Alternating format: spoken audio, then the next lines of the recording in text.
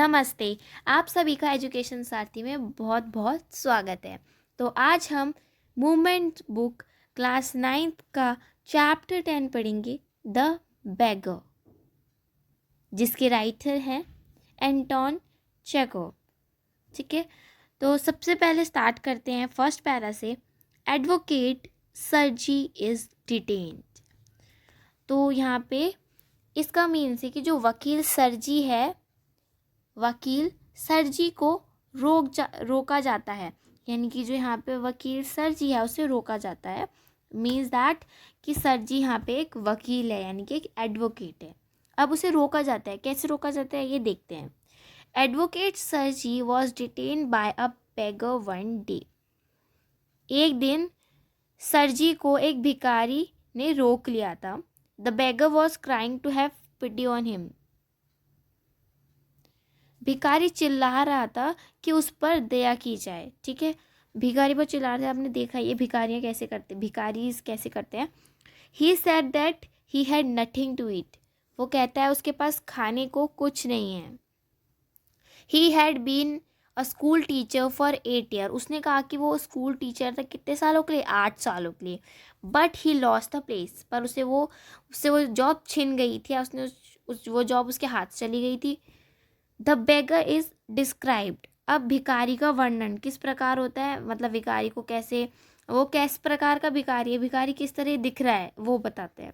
The beggar was in rags. Beggar चित्रों में था, उसने चित्रे वाले कपड़े पहने हुए थे। He had dull and drunken eyes. उसकी आंखें एकदम काली काली गहरी गहरी हो रखी थी। और आपको पता है डल मीन्स दैट कि सुस्त भी होता है, और ड्रंकन आईज मीन्स दैट कि उसकी आंखें शराबी की तरह थी। He had the red spot on either cheek.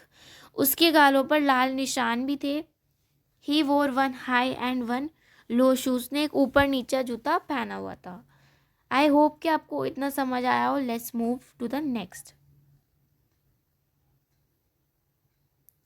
सर्जी recognizes the beggar. अब जो एडवोकेट सर्जी है वो बैगर को पहचान लेता है। कैसे पहचान लेता है देखते हैं। सर्जी रिकॉग्नाइज द बेगर। सर्जी ने भिखारी को पहचान लिया था। कैसे? He told him that he meet him in Sadovaya street, then he had called himself a student. जब वो उससे सदोव्या स्ट्रीट में मिला था तब उस भिखारी ने उसे कहा कि वो एक स्टूडेंट है। Sergei warned him that he would send for the police. Sergei ने उसे धमकाया कि वो उसे पुलिस में दे देगा। The beggar admitted and told the truth. अब बेगर मान गया और उसने सच्चाई बताई। The Sergei put him to work. कि सर्जी ने उस भिखारी को काम पे रख दिया। ठीक है, the beggar asked Sergei for work. Beggar ने यानी कि भिखारी ने सर्जी को काम के लिए बोला। Sergei asked the beggar to chop wood for him. Sergei ने उस बेगर को यानी कि उस भिखारी को क्या कहा, उसके लिए लकड़ी काटने के लिए कहा। When he asked for work, जब उसने काम मांगा। ठीक है, the beggar agreed to do that work though unwillingly. वो भिखारी ना चाहते हुए भी उस काम को हाँ कर देता है। The beggar was taken by Sergei servant Olga to the shed. Sergei की रसोइया ऑल्गा द्वारा भिखारी को सर्जी के शेड में ले जाया गया। यानी कि जो सर्जी के यहाँ एक शेफ थी, वो उस भिखारी को अपने साथ किचन में ले जाते हैं लकड़ी काटने के लिए। ठीक है, वहाँ पे उसे क्या करना था, लकड़ी काटनी थी। Sergei could see Olga and the beggar in the shed. और सर्जी क्या है, उन दोनों को शेड में देख सकता था। The beggar reads for work. इस लाइन का मीन्स कि भिखारी कार्य के लिए तत्पर है, भिखारी को काम करना है। Olga gave the beggar an axe. जो ओल्गा है उसने भिखारी को क्या दी, एन एक्स दी। एक एक्स मीन्स आप सभी को पता है जिससे लकड़ी काटते हैं। But seeing the expression on his face she scolded him. उसके जो चेहरे के हाव भाव देखकर उसने उसे बहुत फटकार लगाई। The beggar put a billet of wood between his feet, then he struck it feebly with his axe. उसने अपने पैरों के बीच में एक लकड़ी का टुकड़ा रखा और उसे एक्स से काटा। द बिलेट फेल डाउन, और वो लकड़ी का टुकड़ा नीचे गिर गया। मीनवाइल सर्जी वेंट अवे, इसी दौरान जो सर्जी है वो चला जाता है, ठीक है। He had set a drunken and spoiled man at work in the cold. तो इस बात का क्या मतलब हुआ? इस बात का मतलब हुआ कि उसने एक बिगड़े हुए शराबी व्यक्ति को ठंड में कार्य करने के लिए लगा दिया। किसने लगा दिया? ओल्गा और सर्जी ने। आप इसे सर्जी बोलें या सर्गी बोलें, बात एक ही है। He began to feel sorry for it, और उसे उस बात के लिए बुरा भी लग रहा था। The beggar is given various kind of work. उस beggar को बहुत अलग अलग प्रकार के काम दिए गए। सर्गी found work for the beggar, और जो सर्जी था उसने उस beggar के लिए काम ढूंढा। The beggar would cut the wood on the first of every month. वो महीने में एक बार उस वुड को काटता था। He would also shovel snow. Shovel means that कि जो आपने देखा होगा एक ऐसे ऐसे करके एक वो होता है जिससे क्या करते हैं, उसे मिट्टी को भी खुदेड़ते हैं, और उससे ही हम स्नो को भी, जो बाहर के देश होते हैं वहाँ स्नो को भी उससे ही उठाया जाता है, तो वो काम भी करता था। He would beat dust out of the rugs and mattresses, और वो जो हमारे कालीन वगैरह होते हैं या चादर होती है उनसे धूल भी झाड़ता था। He would put the wood shed in order, और वो वुड के जो शेड थे उन्हें ऑर्डर में लगाता था, यानी कि सही क्रम में लगाता था, अच्छे से रखता था। सर्गी moved into another house, अब सर्गी दूसरे हाउस में शिफ्ट हो गया था। The beggar packed and carried the furniture, और उसने सारा सामान पैक किया और उस फर्नीचर को दूसरे घर में ले गया। Lushkoff the beggar offered other employment, उस बैगर का नाम क्या था guys? लश्कोफ।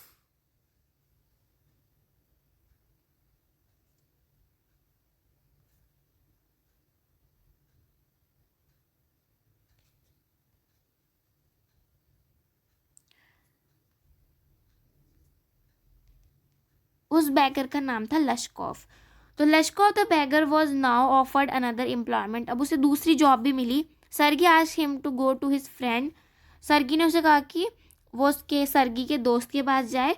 There he would be given some copying work as he could write, कि उसे कुछ लिखने का काम मिलेगा क्योंकि वो लिख सकता है। Sergei was happy as he had put a man on the right path, तो सर्गी बहुत खुश था कि उसने एक गलत इंसान को एक सही रास्ते पे ले आया था। आपको भी बहुत खुशी होती है अगर आप किसी गलत इंसान को सही रास्ते पे लाते हैं, ऐसे उसे भी बहुत खुशी हो रही थी। सर्गी एंड लश्कोफ मीट आफ्टर 2 years, अब जो सर्गी हैं और लश्कोफ है यानी कि बेगर और एडवोकेट, वो 2 साल बाद मिलते हैं। 2 years वेंट बाय, 2 साल गुजर गए। एक शाम Sergei was standing a ticket window of a theatre, वो एक टिकट विंडो में यानी कि जहाँ पे टिकट मिलता है थिएटर में मूवी देखने का, वो वहाँ खड़ा था और वो अपने पैसे दे रहा था अपनी सीट के, सर्गी। और उसने एक छोटा आदमी देखा उसके क्या बगल में ही, beside. That man wore a curly fur and worn a seal skin cap, और उस क्या उसने कर्ली फर पहना हुआ है, ठीक है, और सील की खाल की घिसी हुई टोपी पहने हुए था। अब सर्जी रिकॉग्नाइज्ड हिम, सर्जी उसे पहचान गए। He asked him how he was, और उसने पूछा तुम कैसे थे, या उसने उसे पूछा कि क्या हाल है, हाउ ही वॉज, क्या हाल है। लश्कोफ टेल अबाउट हिमसेल्फ, तो अब लश्कोफ सर्जी को अपने बारे में बताता है। Lushkoff told Sergei that he was a notary then, उसने बोला कि अब वह एक नोटरी था। And he was paid 35 roubles a month, उसे 35 रूबल्स मिलते हैं एक महीने। Sergei was very please to hear him, उसे बहुत खुशी हुई सुन के। Lushkoff thanked Sergei for what he had done for him, और लश्कोफ सर्जी को धन्यवाद करता है कि जो उसने उसके लिए किया। He told Sergei that if he had not help him, अगर उसने उसकी मदद नहीं की होती, सरजी ने अगर उस बेगर की, लश्कोफ की मदद नहीं की होती, he would have still been telling lies, अभी भी वो झूठ बोल रहा होता. He thank Sergei and Olga the cook, उसने सरजी और उस ओल्गा द कुक को थैंक किया. He told Sergei that Olga had actually saved him, उसने सरजी को बताया कि ओल्गा ने असली में सेव किया है. Lushkoff tells more about Olga the cook, Lushkoff और भी उस ओल्गा कुक के बारे में बताता है. ठीक है, तो अब मैं आपको बताती हूँ क्या बताता है. Lushkoff told Sergei that Olga would rebuke him, then she would sit opposite to him and weep, she would call him various names, she would grow sad also. She, यहाँ पे शी किसके लिए यूज हो रहा है guys? Here we are using she for Olga. I hope कि आपको समझ आया she किसके लिए यूज हो रहा है. she यूज हो रहा है यहाँ पे Olga द कुक के लिए.